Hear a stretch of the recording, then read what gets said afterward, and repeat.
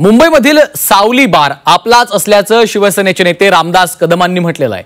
शेट्टी नावाचा गृहस्थ तो बार चालवत होता, मात्र तिथं अनधिकृत काही घडल्याचं समजताच त्याच्यासोबतचा करार आपण रद्द केला अशी माहिती त्यांनी दिली आहे। तर आपले पुत्र आणि गृहराज्यमंत्री योगेश कदम हे वेगळे राहतात, त्यामुळे त्यांचा याच्याशी काहीच संबंध नसल्याचं रामदास कदमांनी स्पष्ट केलेलं आहे।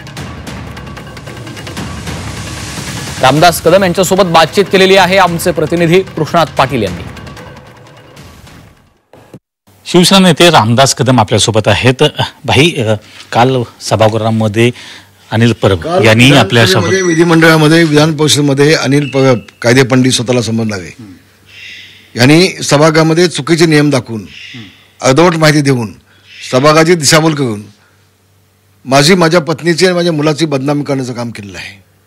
होय, सावली बाग आहेच, आम्ही मालक आहोत त्याचे, गेल्या 35 वर्षापासूनचं आहे, ते आजचं नाही आहे। पण ते एक शेट्टी नावाचा गृहस्थ चालवतो आणि ज्यावेळेला हे असं काय ते अनैतिक तिथं घडलंय, चुकीचं गोष्ट बाब घडली असं मला कळलं, तर आम्ही ताबडतोब त्याचं अग्रीमेंट कॅन्सल करून टाकलं। त्याला आम्ही त्या हॉटेलमधून बाहेर काढलं, त्याची ती सगळी लायसन्स आहेत ती सगळी रद्द करून टाकली, लेडीज मुलींची त्या ऑर्केस्ट्राची लायसन्स सगळी रद्द करून टाकली आणि ते हॉटेल पण बंद करून टाकलं, ताबडतोब काय करून टाकली। आम्ही नियमाच्या बाहेर कधी गेलो नाही आणि आम्ही स्वच्छपणे जगलो आहे।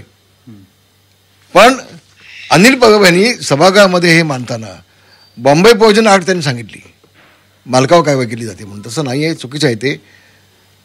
ऑफस्किन डान्स इन हॉटेल 2016च्या कलम 8 याप्रमाणे जो व्यक्ती ते चालवते तिच्यावरती कारवाई केली जाते, त्यांनी चुकीचं काम केलं असेल तर, मालकावरती नाही। हे त्यांना माहिती असताना देखील हेतुपुरस्सर त्यांनी माझ्या पत्नीचं नाव घेऊन त्यांनी आम्हाला बदनाम करण्याचं काम केलेलं आहे। मी याचा धिक्कार करतो, याचा निषेध करतोय। मुलींचा ऑर्केस्ट्रा बार चालू आहे, अशा प्रकारे चालू आहे अशा प्रकारची माहिती आहे की नाही? ऑर्केस्ट्राची परमिशन होती, ऑर्केस्ट्रा अनाधिकृत नव्हता, ऑर्केस्ट्राची परमिशन आहे, आम्ही सबमिट केली, दाखवतो तुम्हाला आहे। त्या मुलींचे सुद्धा वेटर म्हणून परमिशन आहे त्याची, त्यामुळे आम्ही इतक्या वर्षात लक्ष घातलं नाही। पण डान्स बार तिथे नव्हता, 100% नव्हता। हे अनिल परबनी डान्स बारचं नाव घेऊन आमची बदनामी केलेली आहे। पण FIR मध्ये तसं म्हटलेलं आहे नाही, FIR मध्ये म्हटलं असेल तर पोलीस अडचण देतील। एका व्यक्तीने त्या मुलीवरती पैसे उधळले एवढं आहे त्यामध्ये, एवढं त्यामध्ये, आणि म्हणूनच ते नियमाच्या बाहेर गेल्यामुळं आम्ही ते ॲग्रीमेंट कॅन्सल केलं, त्या सिटीला बाहेर काढलं, लायसन्स सगळे जमा करून टाकले आणि हॉटेल बंद केले। त्यांनी म्हटलं की कन्फ्लिक्ट ऑफ इंटरेस्ट हा निर्माण झाला यामुळे, कारण ते गृहराज्यमंत्री होते आणि स्वतः गृहराज्यमंत्री वेगळे राहतात, गोळीगावला राहतात 5 वर्षापासून त्यांच्या फॅमिली सोबत। आम्ही नवरा बायको दोघं इथं आम्ही दोघं राहतोय, सगळ्यांना माहिती आहे दुनियेला, काय संबंध येत नाही। आणि आम्ही कुठला व्यवसाय करू नये असा कुठला मंत्री आम्हाला सांगू शकत नाही। आणि आजपासून नाही, 90 सालापासून आहे हे लायसन्स, 90 सालापासून आहे, तेव्हा तो विषयच येत नाही।